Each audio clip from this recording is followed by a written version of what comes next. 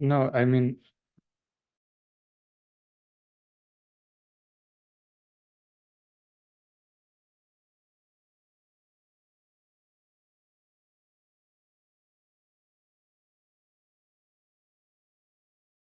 Hi, Nick.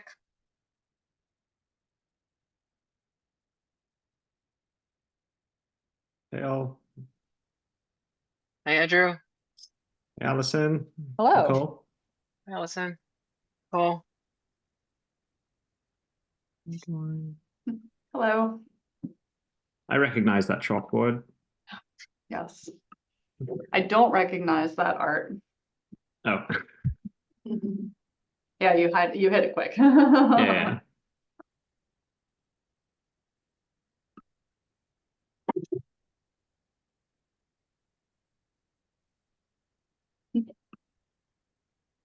You do recognize my co-presenter, who I have to show at the beginning of every. Oh my Oh, goodness. nice. Excellent. At the beginning of every ECS thing.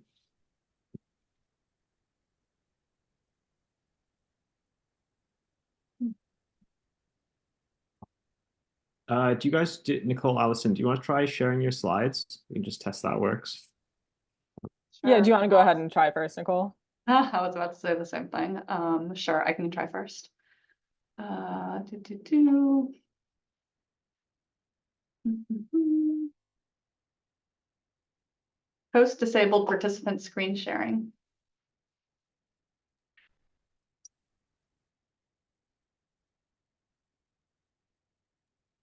You should be a co-host now, I think. Can you try it? Yep, I'm trying again. Do you see slides? Yes. Everything looks pretty. All right, Excellent. Looks great. great. And you can hear me all right too? Mm-hmm. Perfect. I'll stop sharing. Nice fast check. Exactly. Cool. hey everyone. Should be Hey, Nick. this. Then if I make it full screen, does it go full Yeah, screen? looks great. Fine. Great, thanks.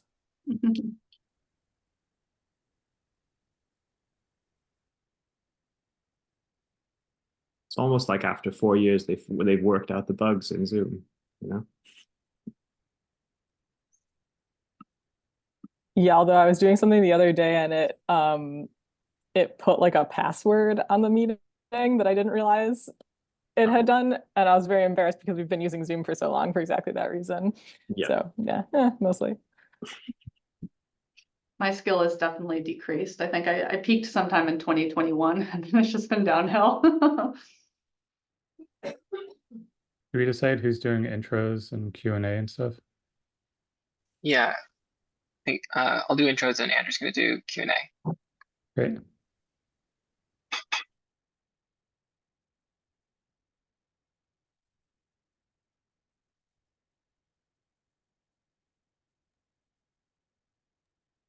Unless Tim comes in, maybe I'll just put up the waiting slides.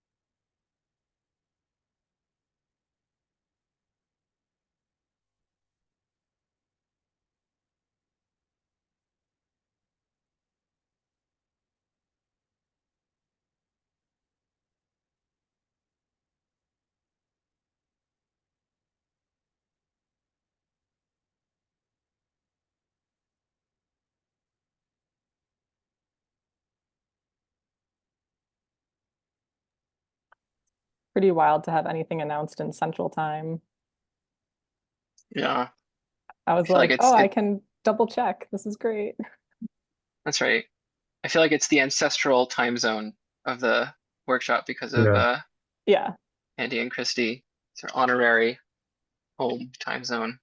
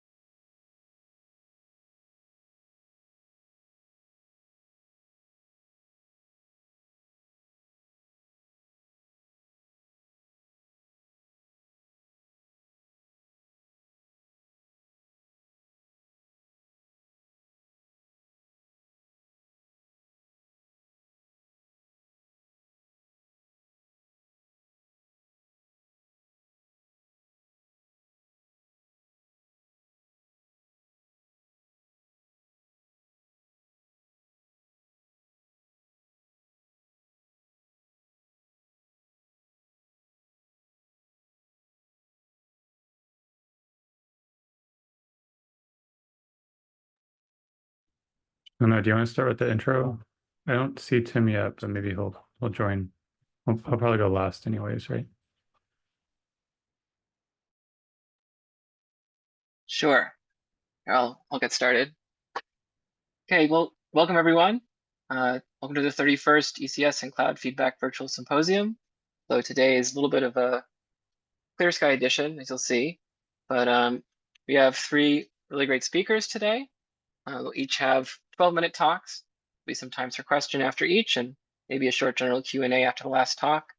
We're introducing a new thing, which is I'm going to give 2-minute warnings, well, not warnings, that's a typo, but 2-minute warnings at the end of each talk. So I'll just pipe in there. If you have any questions or comments, please just type them into the chat at any point, and we'll try to get to some of them after each talk, and maybe if any don't get answered, they'll get answered later on.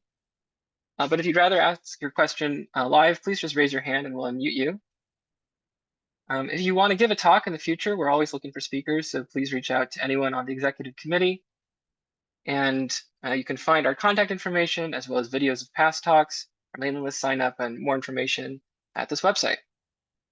And finally, we just want to plug, we're going to have a panel discussion in April. Can we rule out internal variability as the main driver of recent tropical SST trends with Peter Hoybers and Rob Wills? That should be on Tuesday the 30th. So should be an interesting discussion to see you there. So our first speaker today is going to be Allison Hogikyan, who's a postdoc at University of Chicago. And Allison's going to be talking about cause of intense tropics-wide tropospheric warming in response to El Niño. So, Allison, maybe you can.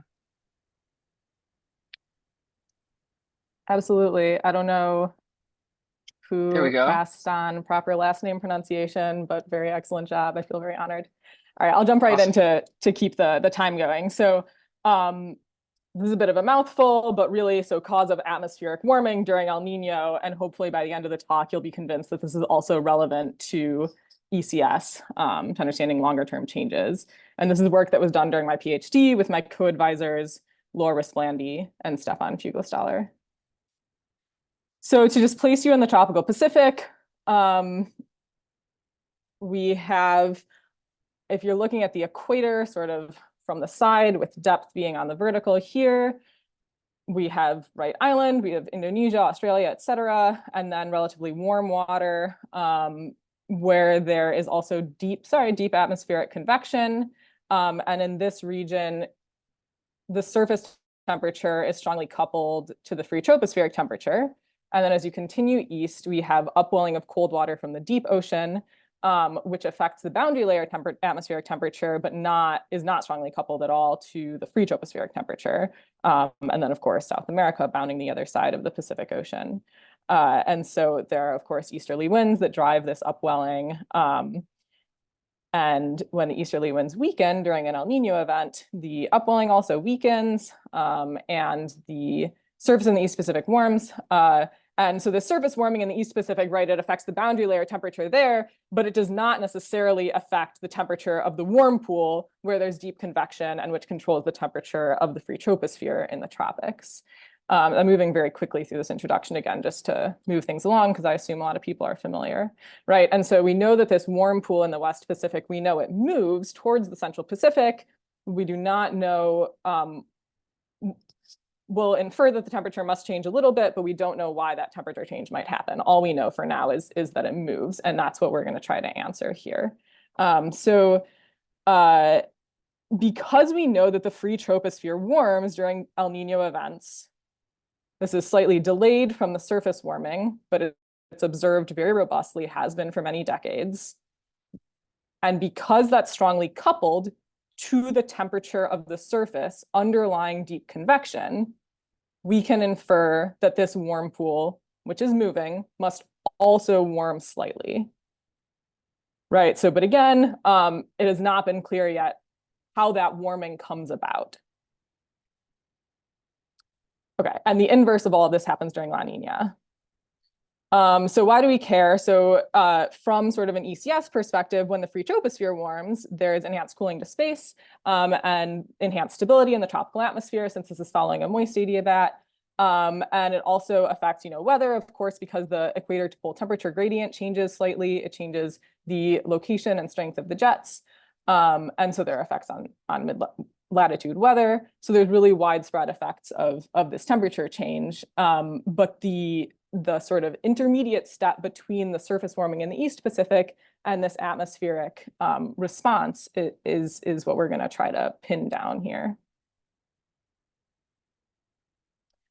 All right, so if we think about temperature anomalies during El Niño and La Niña, the strongest pattern that is observed clearly is the warming in this upwelling regime in the Eastern Equatorial Pacific.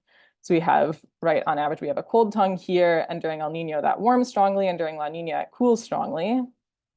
But if I now overlay contours of rainfall during a typical El Niño event, so this is a composite of rainfall, we see that most of the rainfall, and therefore convection, deep convection, is not overlying this temperature anomaly. Similarly, during La Niña, this rainfall convection is not at all overlying the cold temperature anomaly. And yet there is a strong warming in the free troposphere during El Niño and a strong cooling in the free troposphere during La Niña, which must be related to the mean temperature change underlying deep convection, so underlying this rainfall. And so as a result, even though we understand really well all of the mechanisms and the coupled dynamics that lead to the temperature anomaly in the upwelling region of the East Pacific, it does not explain the free tropospheric warming.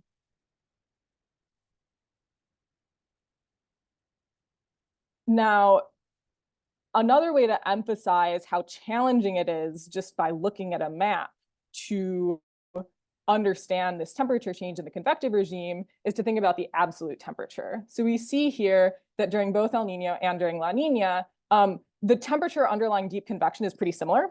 So in both cases, it's close to 30 Celsius in the sort of highest end of this range, or the most deeply convecting regions. And it ranges from maybe 28 Celsius to maybe 30 Celsius. It's a relatively small range, and because this high SST is strongly coupled to the deep convection, the SST and the convection move together. So even though the rainfall is in a different place in these two situations, the highest SSTs are still underlying this deep convection.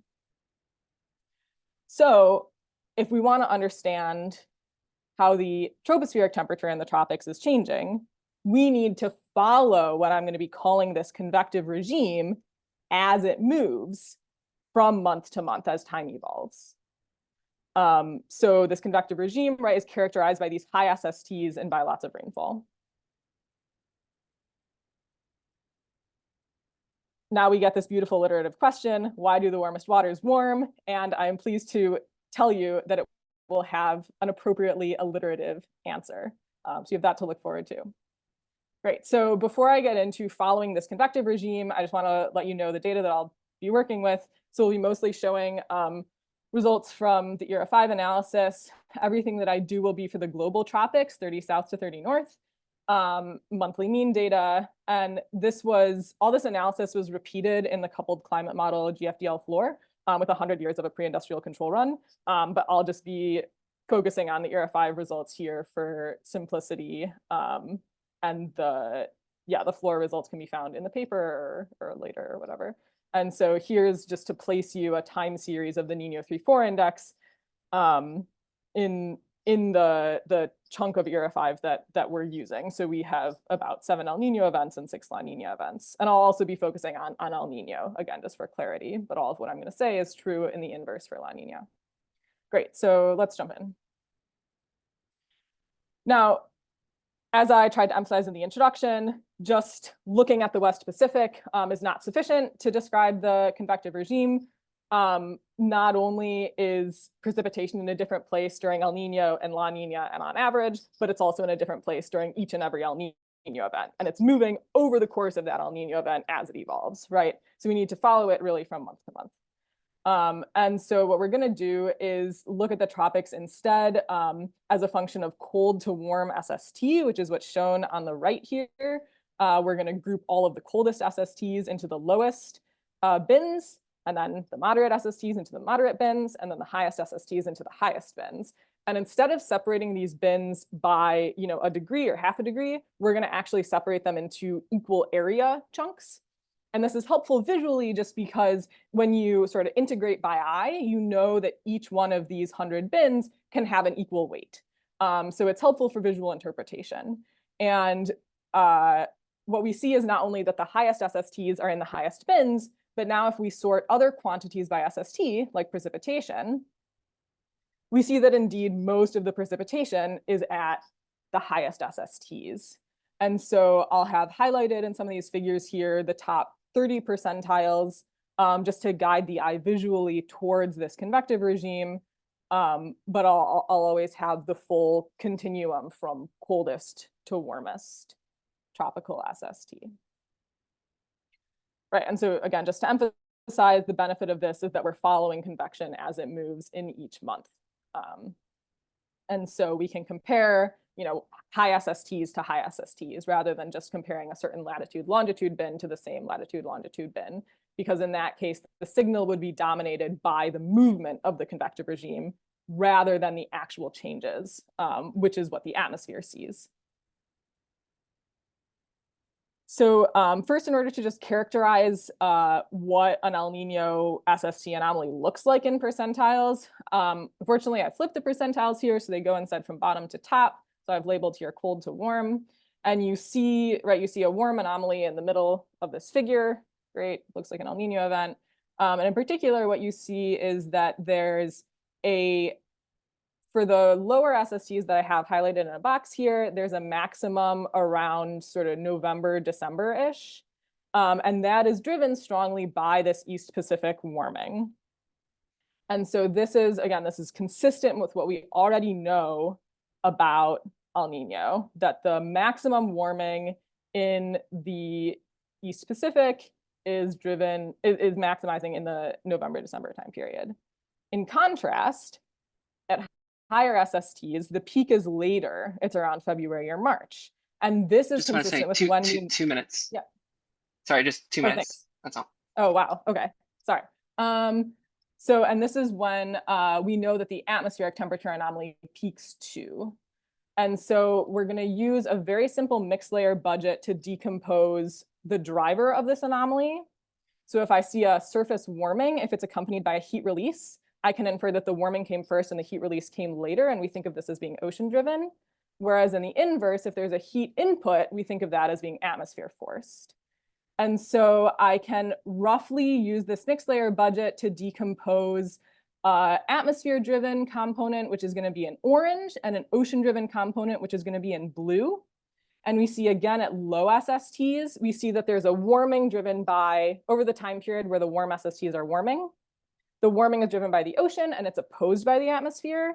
But we have the inverse relationship in the convective regime. So we actually have a heating from air-sea heat exchange, which is opposed partly by the ocean.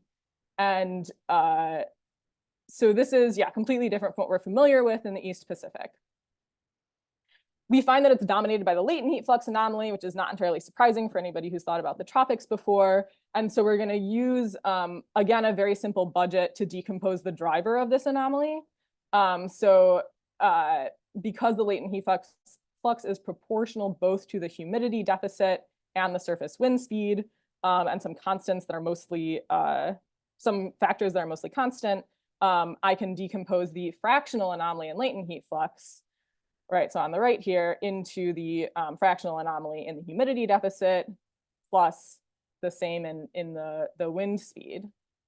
And so what you see at cold SSTs, consistent with what we already know about the East Pacific, you have an increase in latent heat flux. This is an increase in cooling to the atmosphere.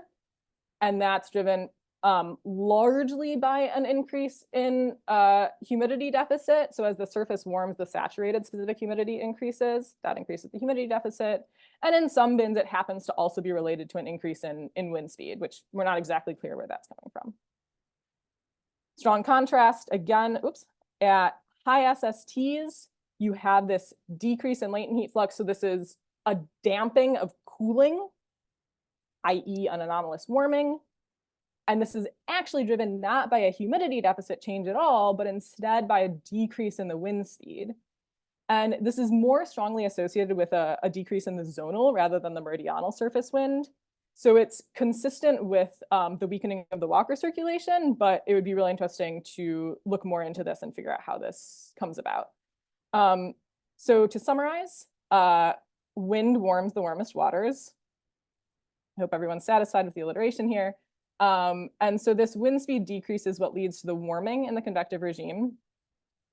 And this is, yeah, in complete contrast to the ocean forcing in the upwelling region. And it seems to be consistent with the large scale coupling that we have of the Walker circulation, right, which is related also to the SST gradient. And so, you know, raises the question of like how this whole system operates on longer timescales, whether you have a similar sort of offset.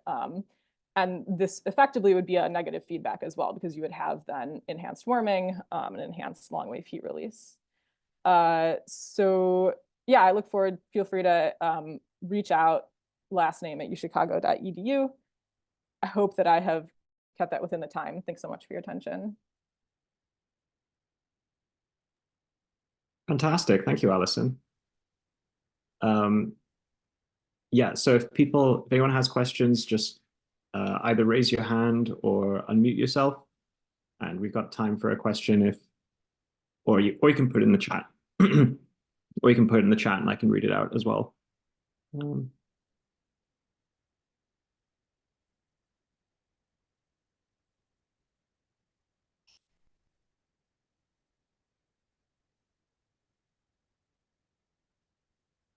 think people are still warming up. Yep. Just like, Manoj, do you want to unmute yourself? Yeah. Hi, says yes, Manoj Joshi at UEA. That's really interesting. Your mechanism, just curious, what about Eastern Pacific versus Central Pacific El Niños? Would the same thing work? I don't see there be much of a difference, but can you comment on that? Yeah, so the figures I showed were a composite over the 7 El Niño events, and we see a similar mechanism in all of the El Niño events in ERA and in GFDL floor. But just in the case of the 2 different budgets I did, like the mixed layer budget and then the latent heat budget, the exact, you know, percentile where it changes sign might be slightly different from event to event, but the overall mechanism is consistent across the different kinds of events. Okay, cheers. Thanks. Great, and we have a couple more questions we put in the chat. So if you want to tackle those in the chat, that'd be amazing. Great, thanks. Thanks again, Allison.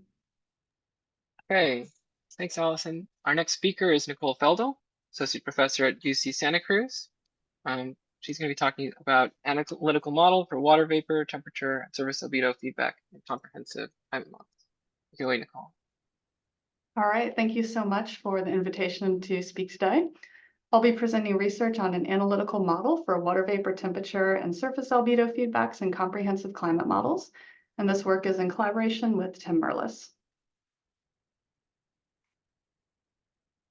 So the long-wave clear sky feedback is a key determinant of Earth's climate sensitivity, represents the efficiency of atmospheric warming and moistening on the outgoing long-wave radiation. Its magnitude has been constrained, as we've seen in talks in this series, to about -2 watts per meter squared per Kelvin for a wide range of surface temperatures for both idealized and realistic atmospheres. So on the left, we see that for tropical columns with a range of surface temperatures and relative humidity values, most of the phase space falls between 2 and 2.4 watts per meter squared per Kelvin. And on the right, we see that for various GCMs, a scatter plot of mean OLR versus mean surface temperature suggests a very linear feedback of about 1.9 watts per meter squared per Kelvin. Recent physical explanations have invoked Simpson's law and argued that the emissions are largely coming from the surface and the water vapor window.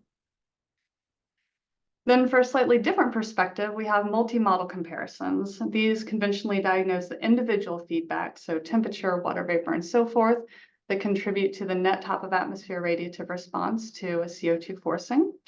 So on the right, we can see that in the low latitudes, the lapse rate feedback is strongly negative. The water vapor feedback is strongly positive. Over the Southern Ocean, where the troposphere is decoupled from the surface response and where the surface warming is muted, these feedback parameters exhibit considerable spread and vary widely among models. And no complete theory exists for predicting these feedbacks. And also a theory of radiative feedbacks is incomplete if it's limited to the long wave feedback and tropical processes. So for instance, in the polar regions, we have the surface albedo feedback, as well as the lapse rate feedback, which are large and positive and important in understanding the surface temperature response. So the question we pose in this research is, how accurately can feedbacks in comprehensive GCMs be approximated, given the limited information of surface temperature change only? So we're pursuing 3 different analytical expressions for regional climate: moist adiabatic temperature, radiative advective temperature, and a temperature-dependent surface albedo. The changes in these quantities predicted from the surface temperature change are going to be convolved with radiative kernels in order to yield an approximation of spatially and seasonally varying feedbacks. And I want to make the point here that this is an entirely local perspective. So even though I am including radiative advective temperature profiles, we're assuming that atmospheric energy transport is fixed. So let's start with moist adiabatic warming. This equation for moist adiabatic lapse rate includes a non-dimensional parameter that represents entrainment. So, and that's A equals 0.2. So below the lifting condensation level, we use the dry adiabatic temperature, and above it, we integrate this expression to get the moist adiabatic temperature. On the right are results from 35 CMIP-6 models forced by the surface temperature change in the abrupt 4 times CO2 experiment, or the difference between abrupt 4 times CO2 and PI control. And so you can see that the magnitude varies among all these models, but they're all characterized by tropical upper tropospheric warming from this analytical approximation. So moist adiabatic warming is a decent approximation in the tropics, but not at high latitudes, where the atmosphere is better characterized by radiative advective equilibrium.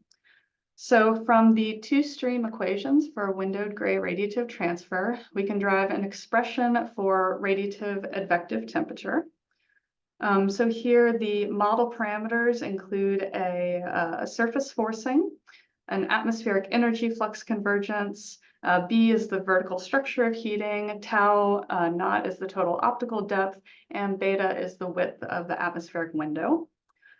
And what you can see on the right is that the radiative advective model does a good job of capturing the atmospheric temperature profile in wintertime in CMIP-6. So the black line there is just an example temperature profile from the radiative advective model overlaying on top of the CMIP-6 profiles. And so then where surface temperatures are less than -4 degrees Celsius, we use the radiative advective temperatures to calculate the feedbacks. And where they're greater than -4 degrees Celsius, we use the moist adiabatic temperatures. So moving on to surface albedo, we're using a temperature-dependent formulation that's commonly used to represent the ice albedo feedback in energy balance models. So again, the critical temperature for the icy polar regime is that same -4 degrees Celsius as I'm using for atmospheric temperatures. And on the right, the analytical change in albedo is shown in the lower plot there in cyan, and you can see it agrees well with the GCM change in albedo, which is shown in gray. So putting the pieces together, here are the zonal mean feedbacks. So let's get oriented first. The left column follows the relative humidity feedback framework of Held and Shell. So that means that the temperature feedbacks are including the specific humidity changes associated with the component temperature changes, assuming fixed relative humidity. So the Planck and lapse rate feedbacks have both warming and moistening in them. The right column shows the conventional Planck, lapse rate, and water vapor feedbacks. The analytical feedbacks are in blue, and the GCM diagnosed feedbacks are in orange. So you can see overall that the analytical model produces local feedbacks that strongly resemble the feedbacks diagnosed from CMIP6.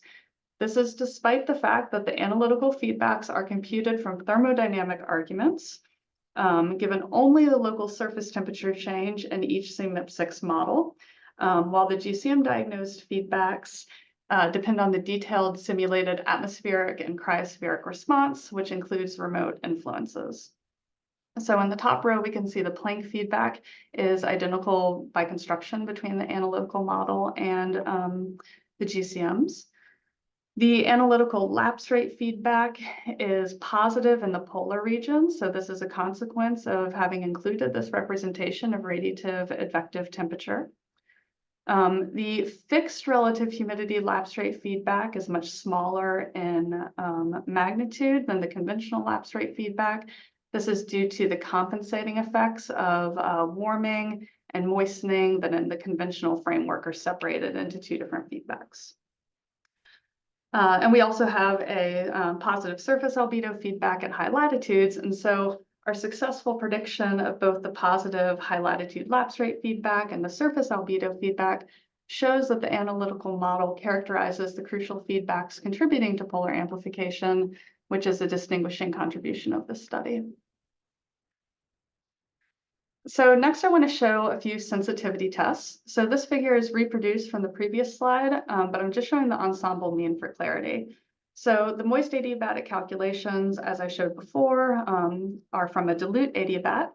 They also use a near surface relative humidity from the pre-industrial control simulations as the initial condition for the rising air parcel, and that near surface relative humidity doesn't change, but it's spatially varying, sorry. So if we instead assume a uniform near surface relative humidity of 80%, this augments the compensating biases in the lapse rate and water vapor feedbacks, but doesn't qualitatively change the results. This is shown in the blue dotted line. So over the northern subtropics, the lapse rate feedback is somewhat more negative and the water vapor feedback is somewhat more positive, but the fixed relative humidity lapse rate feedback on the upper left is nearly the same. We could also assume an undilute adiabat. To do this, we set that entrainment scaling factor, A, to 0. And this produces only very small changes in the feedbacks as shown in the blue dashed lines. So our analytical feedbacks aren't very sensitive to our choices in how we're representing the moist adiabatic temperatures. On the other hand, if we deactivate radiative advective equilibrium, then this is where we do see dramatic changes. So in particular, we lose the positive lapse rate feedback at high latitudes. The global mean net feedback is much more stabilizing. And so from these tests, we can see that high latitude processes and to a lesser degree entrainment have a destabilizing effect on the feedbacks, producing a less negative feedback when these processes are included, or less negative, more positive. So we perform these calculations for the seasonal cycle. The GCM diagnosed feedbacks are on the left, the analytical feedbacks are on the right. The modest negative bias and the lapse rate feedback and the modest positive bias and the water vapor feedback are apparent throughout the year. The seasonally varying, 2-minute warning. got it. The seasonally varying sea ice edge is apparent as this transition from the negative to the positive lapse rate feedback, as well as in the maxima and the surface albedo feedback. And in particular, the analytical model is capturing the wintertime positive lapse rate feedback in the Arctic. The analytical model also broadly reproduces the geographic features of these feedbacks, with a few exceptions. So there are some biases in the analytical lapse rate feedback and water vapor feedback over land, with continental regions exhibiting stronger feedbacks in the analytical model. There are some additional differences in the spatial structures of these feedbacks over the East Pacific and the Southern Ocean. So the GCM diagnosed lapse rate feedback on the left is characterized by this tripole pattern, whereas the analytical lapse rate feedback is pretty weak in the Southeast Pacific and the Southern Ocean. So these are regions that are likely influenced in the GCMs by non-local warming that's going to lead to deviations from the moist adiabat that's not characterized in the analytical model. Lastly, we assess the ability of the analytical model to predict global feedbacks. So here the radiative flux change has been normalized by the global mean surface temperature change. So globally, analytical feedbacks are significantly correlated with the GCM diagnosed feedbacks across the model ensemble. Correlation coefficients are greater than 0.6 in all of these cases. The analytical global feedbacks have less spread than their GCM diagnosed counterparts. This was also apparent in the zonal mean plots. And then the magnitude of the net fixed relative humidity feedback estimated from the analytical model and diagnosed from the GCMs, which is shown in stars, agrees very well. So ensemble mean values of -2.09 and -2.05. For the surface albedo feedback, the analytical and GCM diagnosed values are 0.52 and 0.46. And so then just to wrap up with a few concluding remarks, we've quantified the radiative impact of moist adiabatic warming, radiative advective warming, and a simple ice albedo feedback on the spatial pattern and intermodal spread in radiative feedbacks. Our analytical expressions predict a global fixed relative humidity feedback of about -2 watts per meter squared per Kelvin and a surface albedo feedback of about 0.5. The analytical feedbacks exhibit realistic seasonal and meridional variations, including a positive lapse rate feedback in polar regions in months when the atmosphere is in radiative advective equilibrium and the surface is ice covered. And while the geographic pattern of the feedbacks agree very well broadly between the analytical model and the GCMs, there are some biases in some regions, which is likely due to non-local effects and a decoupling of the troposphere from the surface response. So thank you very much for your attention. Happy to take any questions.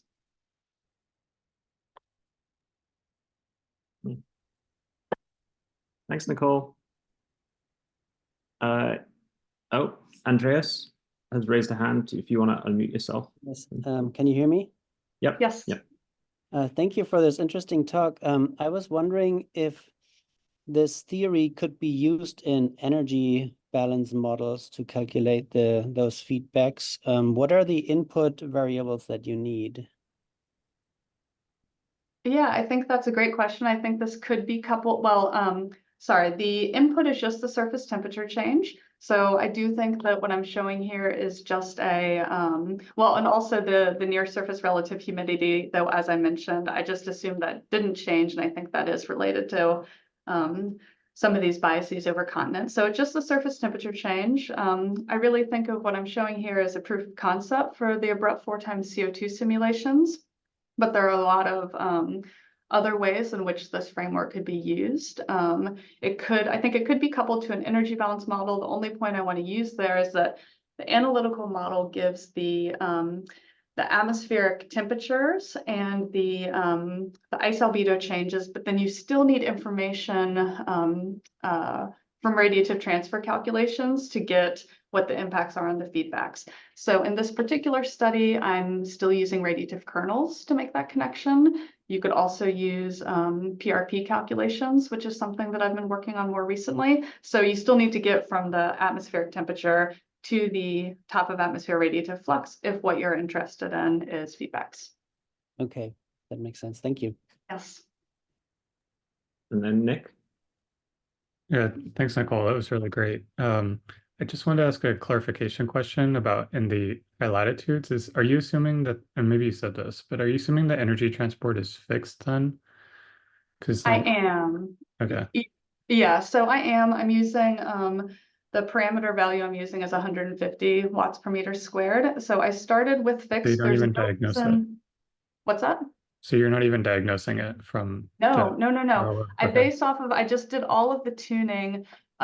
Actually, so I grabbed the CMIP6 temperatures and I went through this exercise of kind of tuning the model. And I think I settled on the exact same parameters that were used in Cronin and Janssen.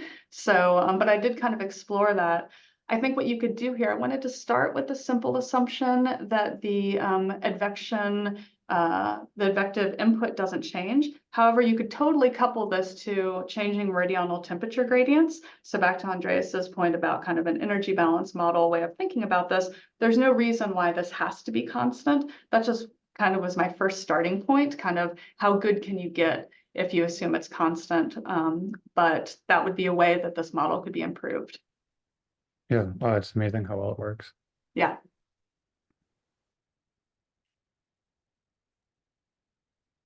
I think we have maybe time for one more quick question if people have it. Otherwise, feel free to put them in the chat as well.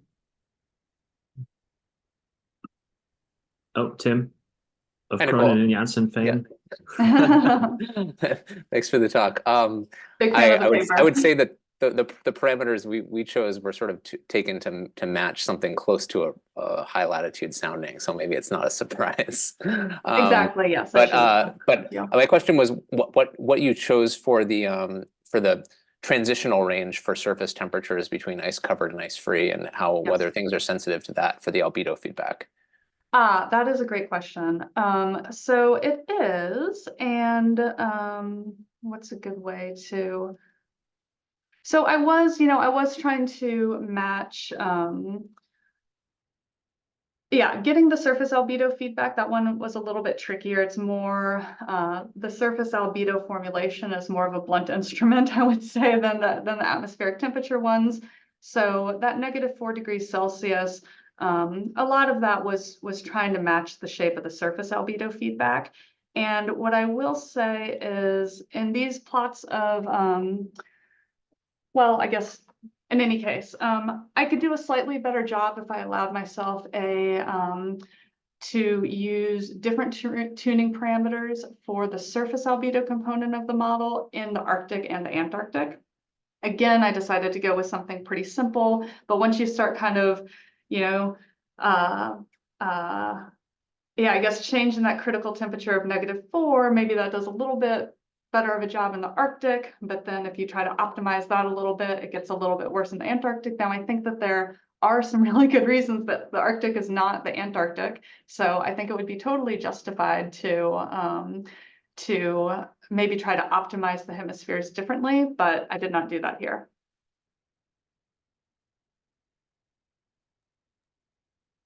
Hopefully that answered your question.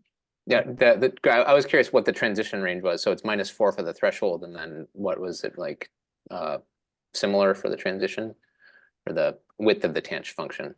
Oh, great question. For the width of the tanh function, it is 2. So, yeah.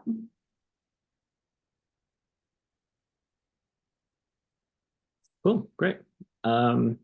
Yeah, so thanks again, Nicole. And if people think of more questions, you can put them in the chat, and we'll hopefully have some time at the end to circle back to those as well. Thanks, everyone. Thank you, Nicole. Well, he's already made an appearance. Our final speaker is Tim Cronin. Taking us, associate professor at MIT, taking us back to basics by talking about the Planck feedback.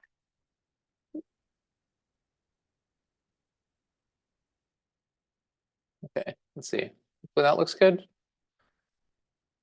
Yep. Okay, Yes. wonderful. Okay, thanks so much to the organizers for the invitation. I'm excited to get to talk about this work. It was kicking around for a long time on the back burner, and as of last year, it's finally published. So I want to acknowledge funding support from the NSF, and as well as my collaborator on the project, who is a grad student, Ishur Dutta at MIT. Okay. So in the spirit of the title question here, I'm hoping to sow some doubt and then try to address most of that doubt. So my quantitative answer is the question is, we have only about an 85% understanding. I'm hoping that the work I'll talk about today gets us much closer to 100%. So in the title here is the basic seed of that doubt. So the Planck, we can get a very simple estimate of the Planck feedback by using the Stefan-Boltzmann law and a global effective emission temperature of around 255 Kelvin. So this estimate, if you do it out, gives you this number at the bottom, which is minus 4 sigma TE cubed, using TE as 255 Kelvin, minus 3.8 watts per meter squared per Kelvin. This estimate is about 0.5 watts per meter squared more stabilizing or more negative than what's diagnosed in climate models, for instance, without a fixed relative humidity, since conventional Planck feedback parameter in CMIP6 average is minus 3.28 with a relatively narrow spread. So this is a pretty big deal, a half watt per meter squared per Kelvin difference in between our sort of understanding, which I would say is the bottom panel, and what climate model output gives us, the top number here. I was working on this unable to find any discussion of this discrepancy in the literature, and I think it's important from a foundational standpoint that we have a sense for where this number comes from and whether there's any potential that it's actually different from what's simulated in climate models or that sort of thing. So I want to share some reviewer comments. This was I was saying I've been unable to find any explanation in the literature. I don't mean to write off the fact that some of you, like reviewer 3, might have noted the difference before, but not thought it worth checking to satisfy your curiosity. Still, the author has written a paper, and the reviewer was marginally convinced that it was worth publication. So if reviewer 3 is in the audience for this, I owe you a lot of credit, and thank you for the review, because you helped to improve the paper a lot, and the whole terminology of Stefan-Boltzmann feedback was their idea. Okay, so the question at the heart of this work is, why does the Planck feedback on a global average sense, which I'm calling lambda p over bar, deviate from the Stefan-Boltzmann estimate, which I'm calling lambda SB over bar? So there's 2 possible broad categories of reasons why this might happen. One possible category is that this is an artifact of global averaging. So when you look at local values for the Planck and Stefan-Boltzmann feedbacks, perhaps they agree. By local, I mean column values and latitude, longitude, time. Perhaps they agree quite well. But in the process of aggregating either one, you end up with some nonlinear processes that cause deviations. The possible second cause is that they don't agree even on a local basis, and there's some column mechanism or mechanisms that cause the two to differ fairly markedly.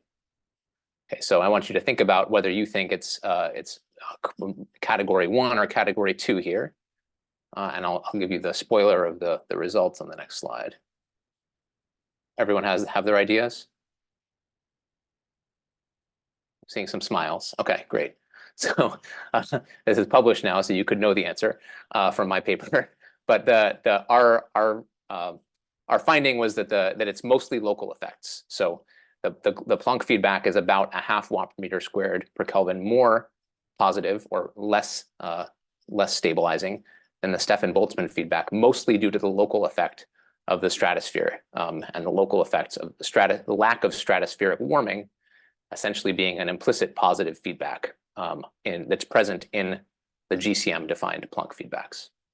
So the global averaging does contribute. So the global mean Planck feedback, shown in the top here, is about a little less than 0.1 watt per meter squared per Kelvin more positive due to a pattern covariance effect, where the warming is largest in regions where the Planck feedback is anomalously positive or anomalously less negative.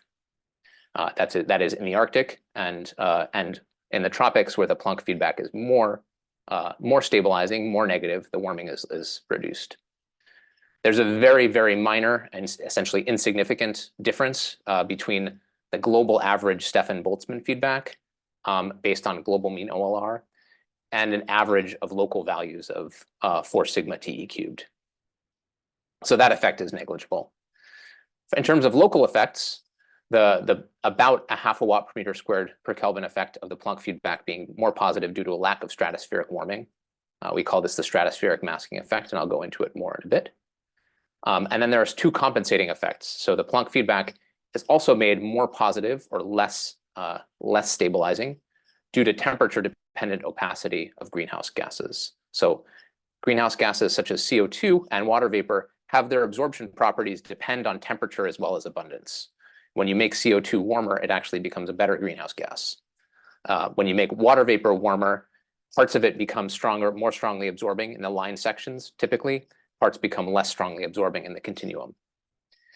Finally, there's a nonlinear averaging across wave numbers effect, where the dominant windows in Earth's atmosphere occur at wave numbers where the Planck feedback, the Planck function increases more rapidly with warming than average. So that acts as a slightly stabilizing deviation factor.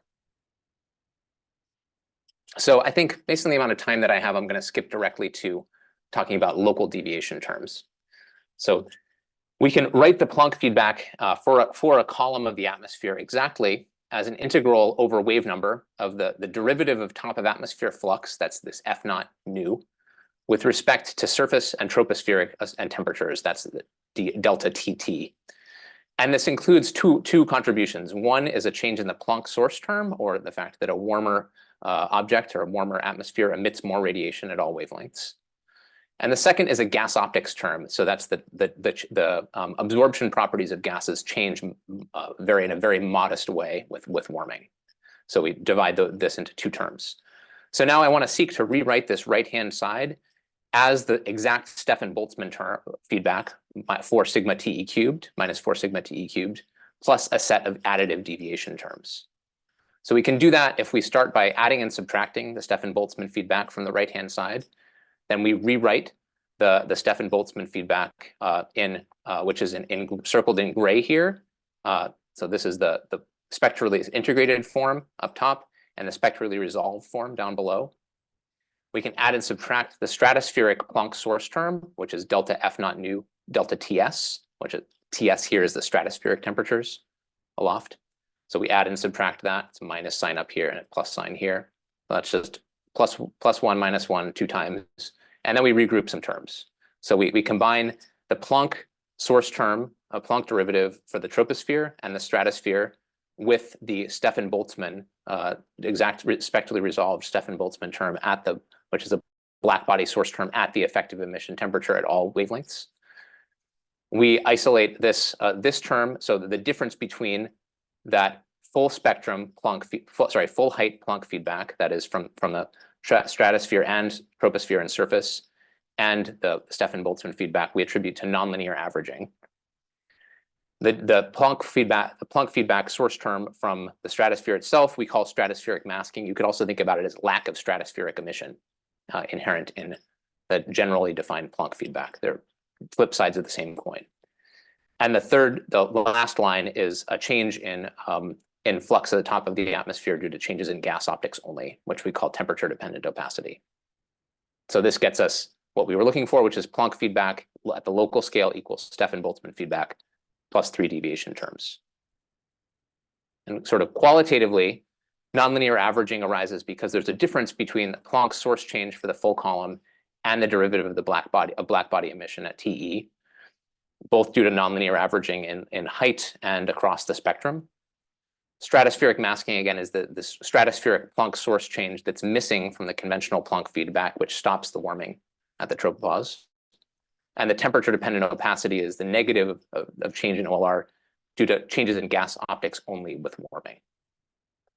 So if we look at results from this breakdown in a line-by-line model, we can come up with a reference atmosphere that has a surface temperature close to the global mean with some simple assumptions about it, with no clouds in this case. The OLR spectrum looks like this. You see the water vapor rotational band to the left-hand side at low wave numbers, the CO2 band eating into the emission like a big ditch in the middle, ozone here, and then water vapor band, rotational band out, rotation vibrational band out here on the right. Sorry.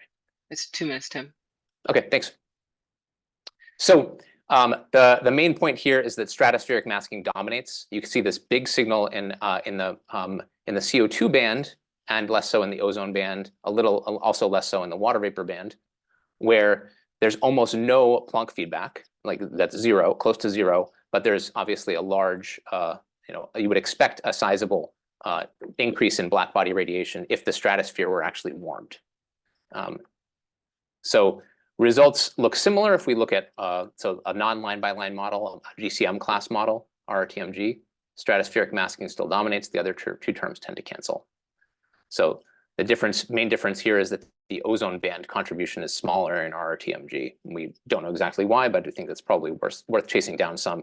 There are some known issues with the way that RRTMG and correlated K schemes work related to blurring of different features in height. Okay, and I think I'm going to make this point as well, which is that the deviation terms account for a large the way they vary with warming accounts for a large fraction of how the Planck feedback varies with mean surface temperature on Earth. So the Planck feedback depends about 50% more strongly on surface temperature than does the Stefan-Boltzmann feedback, and that's due to variations of the deviation terms, so stratospheric masking primarily, but also temperature-dependent opacity with warming. Okay, so there's a bit more in the paper if you're interested in looking at it. To summarize, the difference between the global Planck and Stefan-Boltzmann feedbacks is mostly in the convention of no stratospheric warming that's used in the Planck feedback. Other terms matter, but they also partially cancel for Earth's present-day climate. And there's implicitly this positive feedback of half a watt per meter squared per Kelvin that's hiding in plain sight in analysis of climate models that owes to the stratosphere not warming. So this work, to close, suggests a revision to Simpson's law for OLR, which is framed very nicely by Ingram and 2010 and other authors more recently, which is that the net clear sky long wave feedback is nearly zero in wavelengths where water vapor makes the atmosphere optically thick. This work suggests that the net clear sky long wave feedback is also nearly zero in wavelengths where the stratosphere is optically thick, and that further reduces its value relative to what you might expect. So, in a sense, this work matters. It doesn't alter ECS. It doesn't suggest there's something wrong about the climate models. However, it is our Planck feedback, sort of our foundation, and if we don't fully understand it, we're on somewhat shaky ground. So they've got the paper citation here at the bottom.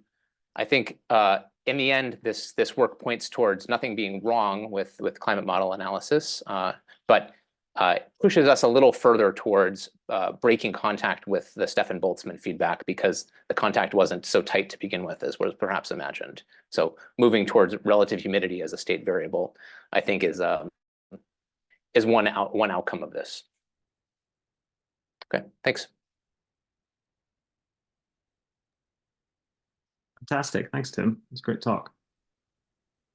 Yeah, we've got a good amount of time now, so I think initially we'll have if people have questions for Tim, you know the drill at this point. Raise your hand or type into the chat, and then we could also have time if people have more questions for Allison and Nicole as well. Can I ask another question? Sorry. The ingredient, Nick, but yeah. Organizer's privilege or something. Yeah, great talk, Tim. You mentioned that this doesn't really have any implications for ECS, but I wonder if you've thought a little bit about its implication for kind of historical trends in the feedback associated with trends in stratospheric water vapor, and then also there's some conversation around the impact of the volcano. I forget exactly the pronunciation of its name that happened like 2 years ago, which might have put some water in the stratosphere, which I guess would affect this deviation. Yeah, so thinking about things in terms, it's a good question. Thinking about things in terms of the sort of observed record of stratospheric temperature changes. Here's where things get very complicated. Here is sort of just disentangling what you put into the forcings and what you put into feedbacks. So if those temperature changes and their, say, deviation from zero are accounted for fully by adjusting the forcing, it shouldn't be necessary to, it doesn't, sort of still doesn't modify the status quo if they are not accounted for fully from that, and they're viewed to be, so the sort of general view of things, right, is that you put in some forcing agent, it rapidly adjusts the stratospheric temperatures to new radiative equilibrium, and that radiative equilibrium itself varies little and is mostly decoupled from the surface and tropospheric warming. So depending on how you would like the Planck feedback change over time? So yes, it can change over time. So that one of the things that's in the paper is that ozone loss makes the Planck feedback sort of more stabilizing because you decrease the sort of optical thickness of the stratosphere. Water vapor increases make the Planck feedback less stabilizing because you increase the stratospheric masking term. Mm-hmm. And similarly, big CO2 increases also make the Planck feedback less stabilizing because you increase the stratospheric masking term. Thanks. Yeah, good question on that.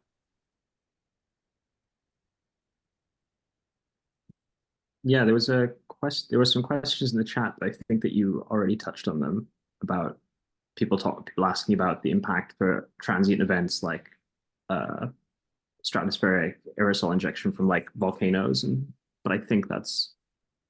Yeah, I can sort of, I guess the same comment on that is that you need to be, I need to think a little bit longer about, and you need to be very careful about what you put into the forcing versus feedbacks in terms of how things adjust versus what's assumed to vary in time that's not coupled to surface temperature, which should be partitioned into the feedbacks, sorry, in the forcing, and things that vary with surface and tropospheric temperatures, which should be partitioned into the feedbacks.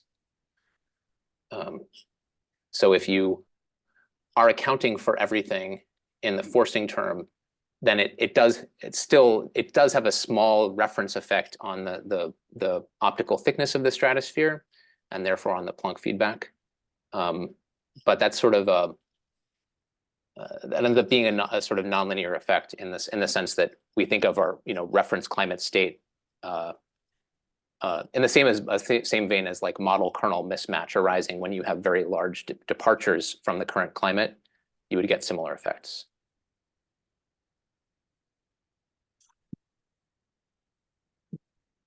Any other questions live or not live? I mean, I can follow Nick and take organizer's privilege or something. But I was just going to ask how do clouds not play a big part in this, or yeah. Good question. So yeah, we did these clear sky calculations. For the most part, some of the pattern effects included clouds. They were diagnosed from global models. So the dominant term is stratospheric, that we call stratospheric masking in the paper. You can also think about it, as I said, as missing stratospheric emission, which is really what it mathematically is. And that does not depend on tropospheric clouds at all. Because that's, if I go back to the slide where I defined it, it's this stratospheric, it's the stratospheric Planck source term from warming the stratosphere that doesn't appear in the conventional Planck feedback. So that is independent completely from tropospheric clouds underneath. The two things that do depend on clouds, or we expect to depend on clouds, are the nonlinear averaging deviation and the temperature-dependent opacity deviation.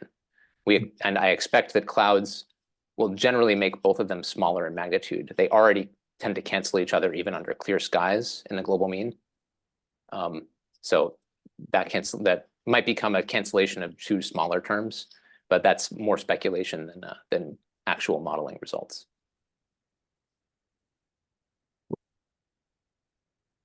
It's nice that clouds don't make things more complicated, or yes, qualitatively more complicated. It's nice. Okay, should I stop share? Yeah, let's stop share. We can go to a broader discussion if people have questions for anyone at this point. Actually, one quick thing before we take more questions, as Claire has appropriately pointed out in the chat, is that the CFMIP deadline for abstracts is coming up this Friday. So if you like this type of stuff, apply to CFMIP. It's in Boston this year. Link in the chat. And Deirdre has raised her hand. Do you want to unmute yourself? Yeah, so my question is for Allison. There was this anomalous early tropics-wide warming of the upper troposphere in 2023. And I put a little bit of it in the chat, but I was thinking it might be related to the mechanism that Allison described in her paper.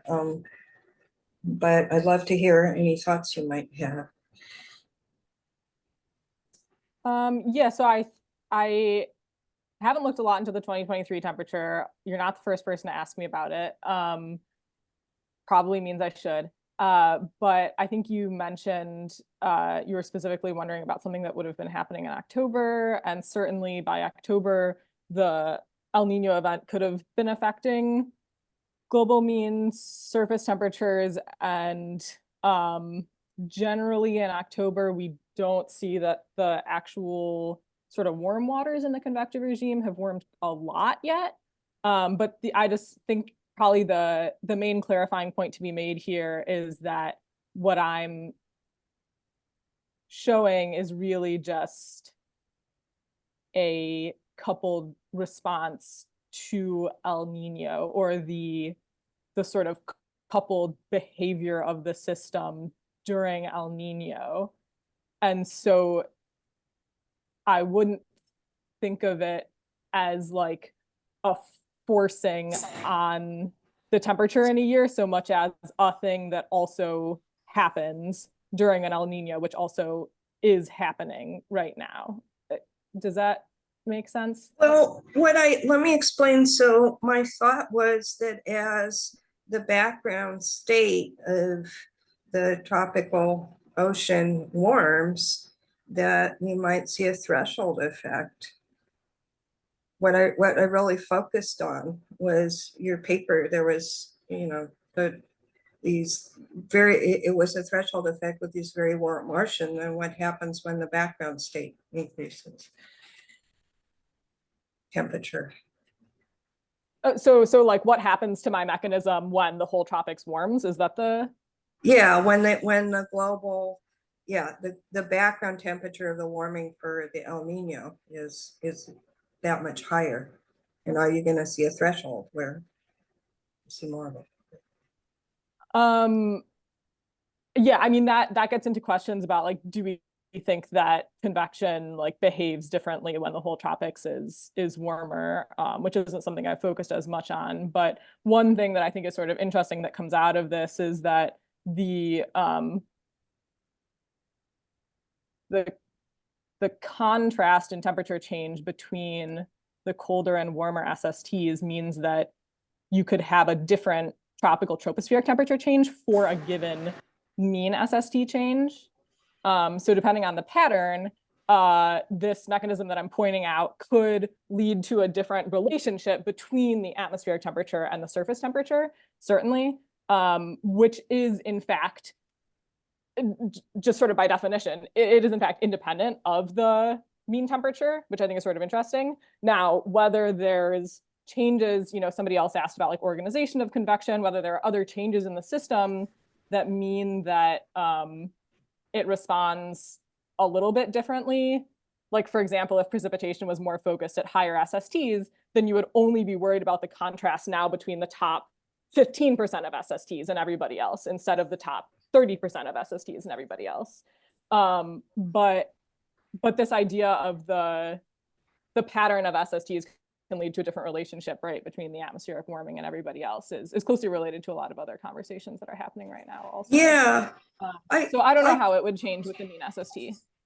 I did notice that when I looked at, and I did a plot on Climate Reanalyzer with standard deviations, it was the upper 250 hectopascals was 5 standard deviations from the 1971 to 2000 climatology over the tropics. And I'm like, well, that looks kind of anomalous. Yeah, and in the tropics, that is always tied to the surface temperature and convecting regions. That is just always true. That's not coming from me. That's very That's not coming from the mechanism. Yeah. that's very old theory. Yeah. Okay, thank you. Cool. So I think this is a good time to wrap up. Yep. And so I think let's give everyone one last round of applause. 3 fantastic talks. And thanks everyone for attending. And yeah, mark your calendars for April 30th. It's going to be a Tuesday for the next event. All right. Take care, everyone. Be safe. Everyone, thank you. Thank you.